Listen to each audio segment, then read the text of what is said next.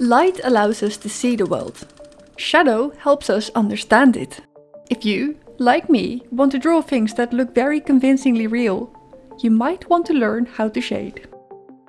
I am painfully aware of the fact that there is a lot about shading that I don't understand yet. To fix that, I gave myself an assignment. And the assignment is to grab a bunch of stuff that I have flying around in the house and draw them. We are going to focus on the shadow shapes that appear when playing around with a lamp. I am saying we, because you absolutely are invited to sketch and practice shading with me.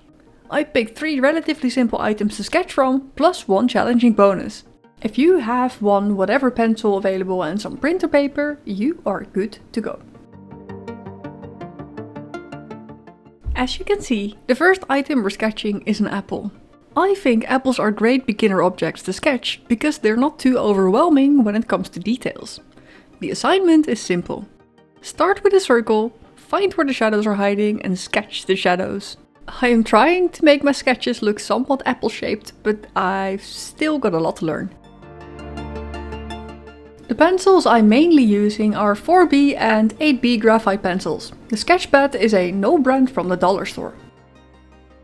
8B pencils get darker than a 4B or HB pencil.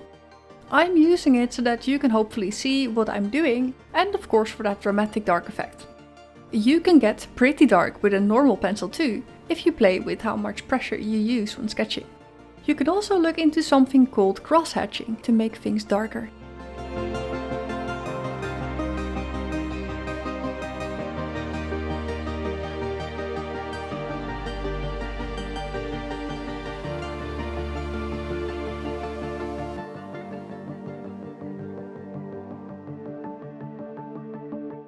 It would be so cool if you really are sketching along with me. I feel like I have learned a lot from watching creative content on YouTube, and in a way, I would like to be able to give something in return. My skill level is not good enough to be teaching you anything yet, but what I can do is share the work and effort that goes into drawing practice. I can show you that skill does not simply appear out of thin air. Encouragement is the word I'm looking for. If this video can encourage one person to pick up the pencil, this video has been a success.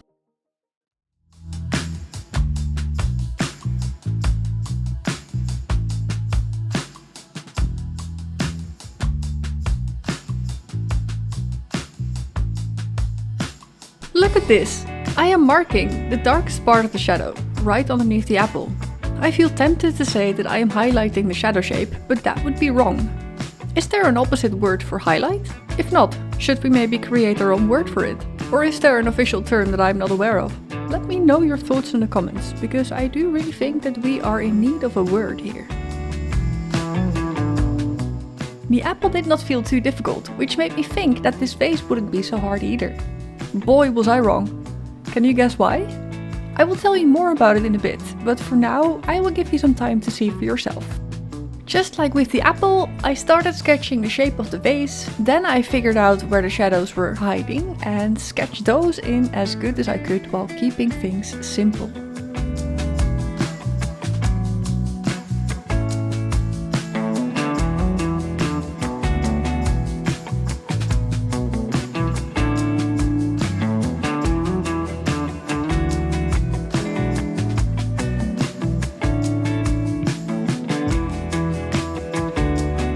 If you want to see shadows and shapes better, there are 2 things that you can do. 1. Squint with your eyes, or 2. Make it look blurry. Some people can force their eyes to see blurry somehow, and otherwise, if you are sketching from a picture, you can use a blur filter. The details fade away and rough shapes stand out more. I don't exactly know why this works, but it does. For this face I have squinted so much that I am pretty sure that it added some extra wrinkles to my face. But hey, you gotta do what you gotta do.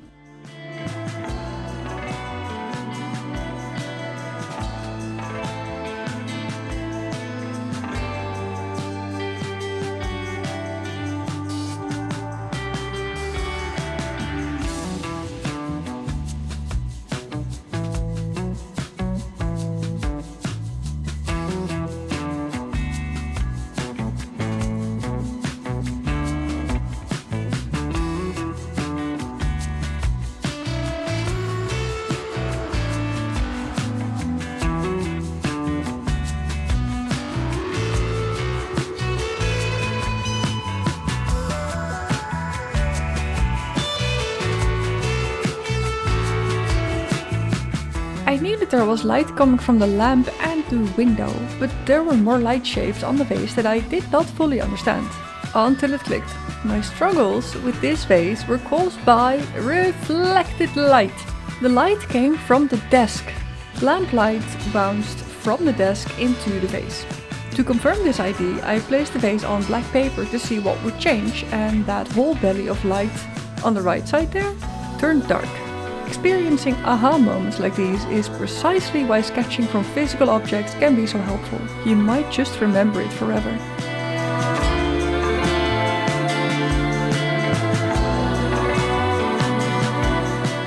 I suddenly understood where all the light came from, and that made me see more. This, I think, is very cool, because when I start understanding what it is I'm looking at, I'm also starting to remember it. Which means that next time I might be able to draw a similar thing from memory.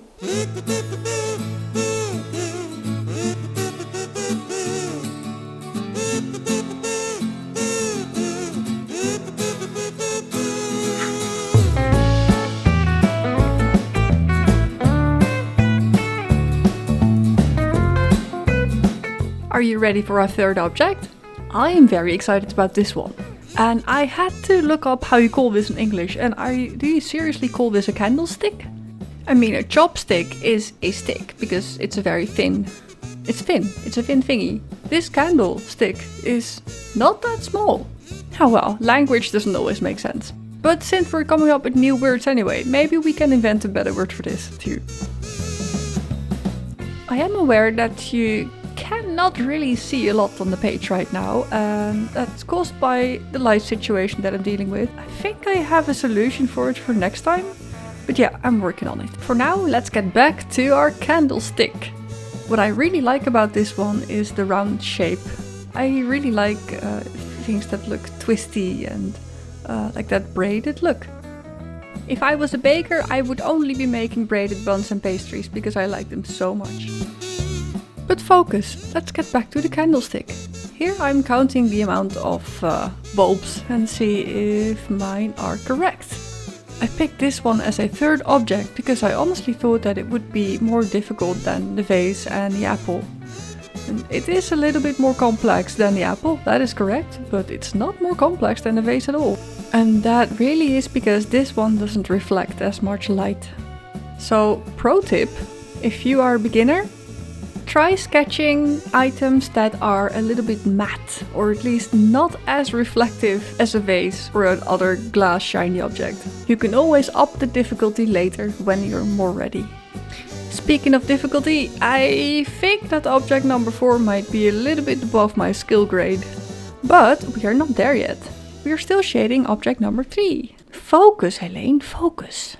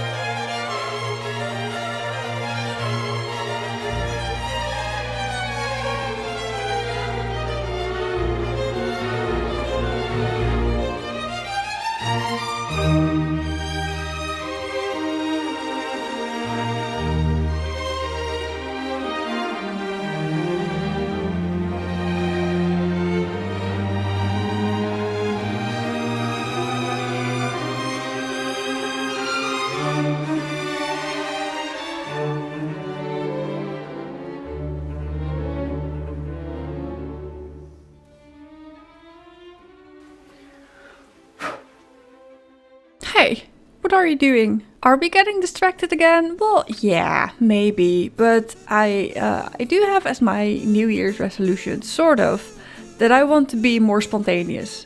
Which means, in my case, that if I come up with an idea of, oh, I want to paint this, then I have to give in to that. And this plant was looking so happy on a dark and gloomy day that I couldn't help myself. Our final object, our star of today, is our monster. Down, boy, down, down. So there is a lot going on this one, but I'm certain if we just focus on the lights and shadows, we can do this. We've got this. Even though there is a lot going on, you can't treat this object like the apple. Just start with a circle and find the shadows.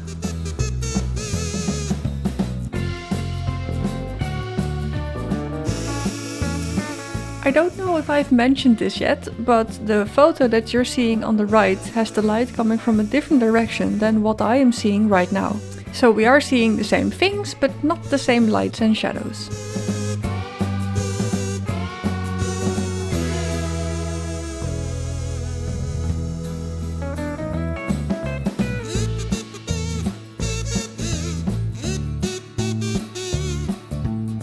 This monster was seriously testing me. It triggered the urge to draw all the little details, which is so hard to withstand. I really did try not to get lost in them, but you know, details are like cookies. You don't just look at cookies, you eat them. But sometimes it's better not to eat the cookie, and then we do just look at them. Sad face. No, not really though, this is for the greater good. I am trying to put myself on a detail diet and bring my focus back to the exercise, which is shading. Where are the lights, where are the darks, and how do they interact? Focus. Isn't he cute? I made him. So yeah, I chose him because he has very many funny shapes, and when you put light on him, the shadows will become super interesting. I'm going to try to sketch this one again, and this time I will somehow have to force myself to start with a circle. So I'm not going to try to replicate this friend, although I so want to. I'm not doing that now. That's not the assignment. The assignment is simplify and understand the light. If it sounds like I'm talking to myself about this focus thing, that's probably because I am. I think it is a little bit difficult to focus on the task, especially when there are so many other fun things that draw your attention. So yeah, I'm not telling you to focus over and over again. I am telling myself to stay focused. Another example of this is I am following a course on Bridgman, or a bootcamp. It is a free bootcamp done by Marshall Vandruff. He has a free course on it on YouTube. It's very cool. I can link it down below. But yeah, one of the homework assignments for that course is to draw in 2D shapes. Just squares and triangles. Nothing 3D, just 2D, and I struggled. To clarify, Bridgman was all about drawing the human figure, and he was very good at that. So if you would like to learn how to, draw humans, then you might want to check it out. This was not sponsored, by the way, this is just my own personal interest. So how's your monster sketch doing? If I remember correctly, I will pick up that eraser and... Come on, yeah, there she goes. I was not happy with that one, so I started over. Which is fine, it happens to all of us. Sometimes I challenge myself not to use an eraser, but in this case that would just get frustrating. A little bit of erasing sometimes is all fine. Where drawing and painting for fun can give energy, drawing practice takes energy. It really takes a lot to stay focused and to keep at it. But I do see this as a good sign. I see this as a sign that the brain is learning something new and it is adapting. Like it's spending resources to learn something. And even though that can feel frustrating sometimes, it really is worth it, because one day, thanks to all this effort, you will be able to show off some awesome skill. If you have been sketching along, I would really love to see what you've made. You can share it with me on Instagram, and you can find me at the Common Pencil. If you don't have Instagram, you can still share it with me. You can send an email to Heleen@commonpencil.com. And Heleen, that is me. I am Heleen. That was all for today. I would like to thank you so much for watching. Like and subscribe if you want to, and then I will see you in the next video. Bye!